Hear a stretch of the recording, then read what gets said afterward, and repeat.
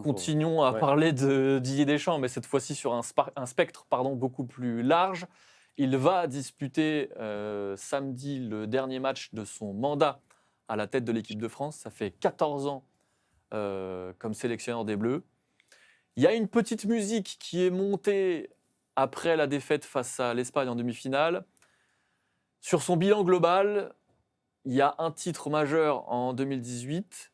Il y a des performances, alors on le voit ici à l'écran, qui sont intéressantes. Quart de finale pour sa première grande compétition à la tête des Bleus en 2014. Il y a la finale 2016. Il y a l'échec, plutôt le gros échec, le gros point noir du mandat de Deschamps, c'est l'Euro 2021 avec cette élimination en huitième de finale face à la Suisse.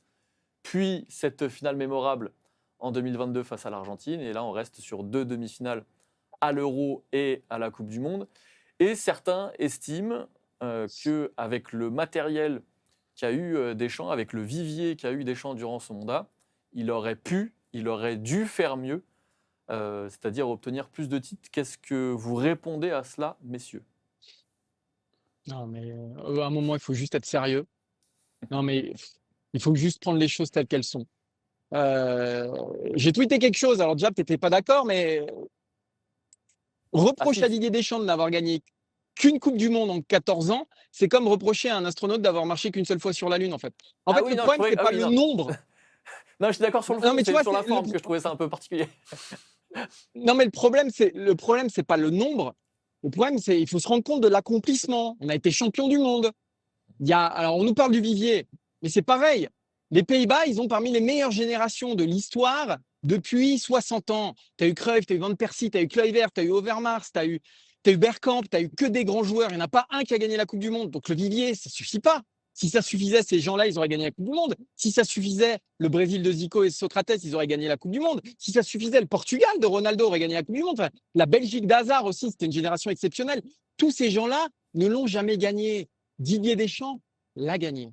Donc juste ça, ça suffit. Et non, en plus de ça, c'est que tu arrives en finale, tu arrives en demi-finale, parce qu'on m'a dit aussi, ouais, mais alors tu vois, dans ces 14 ans-là, l'Italie a gagné autant de titres que l'équipe de France. Enfin, l'Italie, mais l'Italie, ils ont fait quoi en Coupe du Monde depuis 3 Coupes du Monde là? Nous, on est là à chaque fois, on est chaque fois là en demi, en finale. Après, oui, qu'il y a eu des erreurs, qu'il y a eu des matchs ratés, évidemment. L'Euro 2021, c'est raté. L'Espagne, c'est raté dans les grandes largeurs. Les 70 premières minutes de la finale de la Coupe du Monde 2022, c'est raté aussi. Est-ce qu'il fallait garder Didier Deschamps après 2021? Moi, j'étais un de ceux qui disaient, je ne suis pas certain après ce qui s'est passé. La suite m'a donné tort, puisque quand même, il a eu des gros résultats. Voilà, je pense que là, on est en train de tout confondre avec Didier Deschamps, que sous le coup de l'émotion, et puis qui sort du bois, ce sont que des anti-Deschamps, ce sont Christophe Dugarry, ce sont des gens comme ça qui l'ont dans le viseur et qui attendaient qu'une chose, c'est effectivement un gardien pour pouvoir se l'aligner. Mais franchement, faut pas brûler Deschamps parce que qu'on fasse le procès du match face à l'Espagne et de ses erreurs, ses grossières erreurs, oui, qu'on fasse le procès de son mandat et qu'on mette tout dans le même sac, non. Et surtout, faut pas confondre, faut pas tout mélanger, faut pas mélanger la déception à ce constat. Faut quand même se souvenir aussi, ne pas avoir la mémoire courte et se souvenir d'où était l'équipe de France avant son arrivée. Il faut aussi se souvenir que Deschamps, c'est 3 demi-finales de Coupe du Monde consécutives au moins, et que c'est ce qui était arrivé aux Bleus sur toute leur histoire avant 98. Ouais. Enfin, il y a quand même des choses qui parlent, et il ne faut pas considérer que tout ce qui n'est pas un titre est un échec. Moi, il y a un extrait sportif que j'aime beaucoup, c'est Giannis Antetokounmpo qui avait dit ça en conférence de presse. Michael Jordan a gagné 6 titres NBA, il a fait 15 saisons NBA. Est-ce que ça veut dire que ces 9 autres saisons ont été des échecs? Ouais. Non, c'est absolument pas le cas. Et dernière chose, tu parlais de 2021, Martin, l'Euro. Moi, c'était plutôt 2024 où, honnêtement, les Bleus étaient arrivés en demi-finale, mais en Oui, t'as termes de raison. jeu, en termes d'émotion, c'était le néant. Et moi, je trouve que ce qu'il faut valoriser, c'est à quel point Deschamps a été capable de se remettre en question à partir de ce qu'il a été un échec en termes de jeu et en termes d'émotion, pour arriver à ce cheminement et se dire que maintenant, il fallait oser plus, qu'il fallait jouer de manière plus offensive, qu'il fallait une équipe plus emballante. Ça, c'est aussi quelque chose qu'il faut valoriser, parce que être un grand sélectionneur, c'est aussi être un sélectionneur qui est capable de se remettre en question. Et puis à un moment, juste remettre quelque chose en perspective aussi, parce que j'entends beaucoup, il a gâché, il n'a pas assez maximisé un vivier exceptionnel. Je veux bien qu'on regarde les listes de cette Coupe du Monde-là, de la Coupe du Monde 2022. Là, ça fait quelques années, effectivement, le vivier de l'équipe de France, il est indécent. Indécent. Reprenez les noms sur sa première liste. Il y avait un groupe intéressant, hein, mais dans la première liste, il y a Mapou Yangambiwa, il y a Étienne Capou, il y a Marvin Martin, il y a Jimmy Briand. En 2014, tu joues à la Coupe du Monde, il y a Cabaye. Et je fais injure à aucun de ces joueurs. Hein. C'est des bons joueurs de foot, mais c'est pas le niveau de ceux de la liste d'aujourd'hui. Johan Cabaye, très bon joueur, hein, mais pas grand joueur. Mathieu Debuchy, pareil. Mathieu Valbuena, joueur important de l'équipe de France, mais qui avait son plafond. La finale de l'Euro 2016, c'est avec Moussa Sissoko titulaire. Je veux dire, il faut aussi remettre un peu les choses en perspective. On n'a pas toujours joué avec le Ballon d'Or, Michael Olise en feu, Kylian Mbappé. Enfin, je veux dire, ça, faut quand même pas mal relativiser. Pour le reste, je suis comme vous, j'ai que du bien à dire sur le mandat de Deschamps. Il y a quand même un seul point que j'ai envie de souligner, si on veut aller un peu dans la critique, c'est la récurrence, une certaine récurrence en tout cas, dans l'effondrement de son équipe dans certains moments. On a parlé de la Suisse à l'Euro 2021, la coupure de courant, l'extinction des feux des Bleus, elle est quand même assez spectaculaire à ce moment-là. Argentine 2022, tu en reparlais Martin, pour moi, en tout cas en première mi-temps, c'est peut-être l'une des pires performances d'une équipe sur une mi-temps dans l'histoire des finales de la Coupe du Monde. Et il y a donc ce non-match contre l'Espagne en 2026. Est-ce qu'il y a eu un moment dans l'approche de certaines finales ou dans certains moments importants, quelques défaillances peut-être, parce que ça fait quand même quelques moments où il y a extinction des feux totale dans cette équipe de France. Je veux rebondir sur ce que tu as dit, Arthur, parce que tu n'es pas allé au bout. Mais prends 2018. 2018, tu as une bonne équipe, hein. Mais est-ce que tu as un vivier exceptionnel? Tu es champion du monde avec Steven Nzonzi, tu es champion du monde avec Benjamin Pavard, arrière droit. C'est pas Cafou, mais encore une fois, moi non plus, je ne veux pas les déglinguer, mais avec Thauvin, tu vois, avec Mbappé, et il est très Didrabi. bien. C'est pas le Mbappé d'aujourd'hui. Avec Giroud, ce qui est hyper important aussi à dire, c'est qu'il a biaisé notre regard là-dessus, c'est-à-dire qu'il a aussi pris des mecs, il en a fait des leaders générationnels, mais qui n'étaient pas forcément dans leur club. Et ça veut dire quelque chose. Giroud, il a traversé des moments très compliqués en club, jamais en équipe de France. Antoine Griezmann, Paul Pogba, ce sont des cadres de l'équipe de France, ce sont des joueurs qui marqueront l'histoire de l'équipe de France. Prenez leur carrière en club, elle n'est pas tout à fait du même topo. Et tu peux même rajouter Hugo Lloris là-dedans.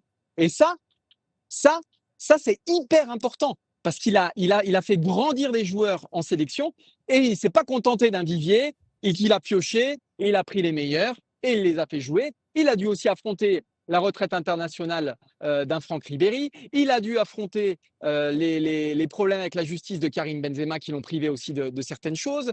Enfin, c'est trop facile de dire putain, il y a toujours eu des joueurs malades en équipe de France, mais pourquoi ils ont été malades? Pourquoi ça a été des joueurs de ma boule? C'est aussi parce que Didier Deschamps les a fait progresser. Allez demander à son carrière en équipe de France si Lloris, si Pogba, si Griezmann et si Giroud ce sont des joueurs malades qui ont marqué l'histoire du football. Bah peut-être et sans doute un peu moins. Et puis, faut aussi. Alors, Martin en a un petit peu parlé en début de son propos, mais quelle équipe aujourd'hui, quelle sélection nationale aujourd'hui est mieux installée dans les grandes compétitions que l'équipe de France?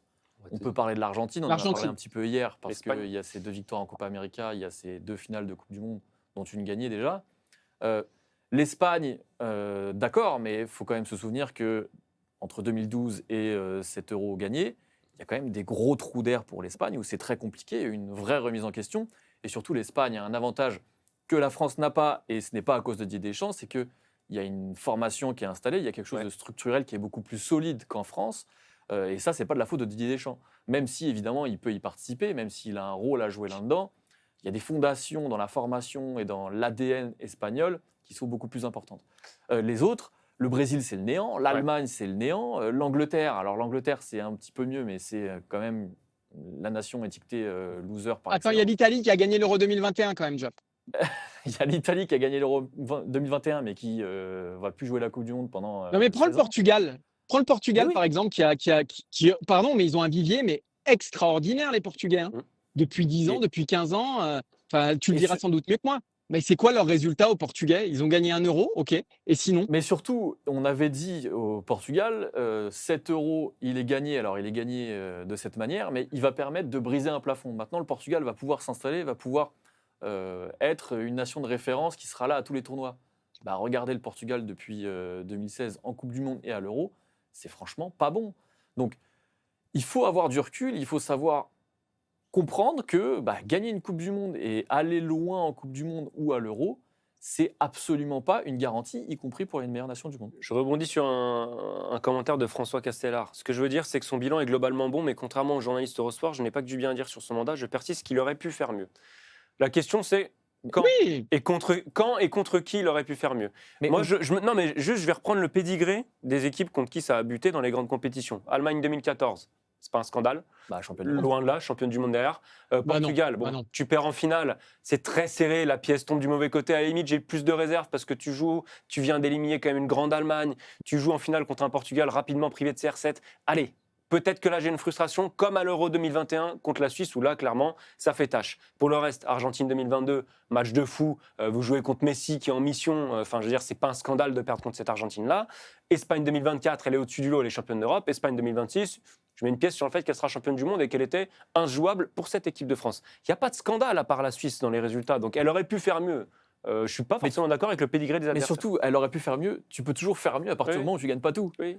Mais Bah oui. ce qui fait le sport, c'est que c'est aussi des choses, des éléments qui sont très nombreux et que la difficulté vraiment, c'est de réussir à garder un niveau d'excellence très élevé sans pour autant toujours Et gagner. puis prenez Ça, ça existe l'Angleterre. Regardez l'exemple de l'Angleterre qui, sur les dernières Coupes du Monde, 2018, ils mènent au score contre la Croatie. C'est une bonne équipe, la Croatie, mais c'est pas la plus grande équipe de l'histoire. Ils se sabordent, ils perdent le match en prolongation. Là, regardez ce qu'ils viennent de faire contre l'Argentine. Une Argentine qui n'existe pas pendant longtemps dans cette demi-finale, en tout cas pas par le jeu. L'Angleterre mène, fait n'importe quoi, se saborde. Là, on va pouvoir tomber sur Gareth Southgate, sur éventuellement Thomas Tuchel aussi, sur les manières aussi d'aborder ces moments-là. Il y a des choisir. Les Bleus, il y a quand même d'autres références. Juste deux statistiques. Moi j'ai juste une limite. Vas-y, Jab, vas-y, pardon. Attends, Martin, parce que j'en suis fier de ces stats, qui montrent quand même l'importance de Didier Deschamps en équipe de France. Deschamps, c'est 185 matchs comme sélectionneur, enfin ça sera 185 demain. C'est 103 matchs comme joueur. C'est l'équivalent de 31% des matchs de toute l'histoire des Bleus. Rendez-vous compte de l'importance de ce personnage dans le foot français. Et aussi, c'est le recordman de victoires en Coupe du Monde. Il en est à 19. Et ça, c'est pas rien, tout simplement. Moi, le seul truc, c'est qu'on puisse sentir qu'effectivement, ça a duré longtemps.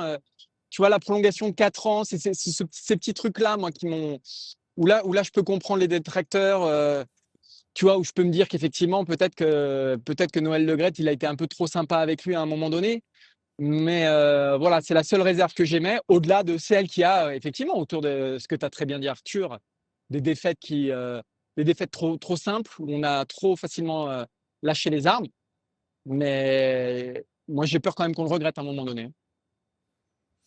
Là, je vois un commentaire, MHCA 1854, on peut lui reprocher de ne pas avoir eu une identité de jeu éprouvée avant ce mondial. Mais trouvez-moi une sélection, à Arrêtez part ça. l'Espagne, qui a une identité de jeu. Enfin, à un moment, il faut arrêter, je trouve, avec cette légende urbaine qu'il faut avoir une identité très marquée en sélection. Le foot de sélection n'est pas le foot de club. Regardez combien de temps ils ont, les sélectionneurs, pour travailler. Je veux dire, et quelle est l'identité de l'Argentine, à part aller au mastic? Quelle est l'identité de l'Argentine? L'Espagne, voilà, on en a déjà parlé. Quelle est l'identité de cette équipe d'Angleterre qui va jusqu'en demi-finale du mondial? Bloc plutôt bas, médian, on joue les transitions alors qu'on a Harry Kane, Jude Bellingham dans l'équipe. Ça, pour moi, c'est un argument que je respecte bien évidemment, mais qui n'est pas entendable dans le foot de sélection.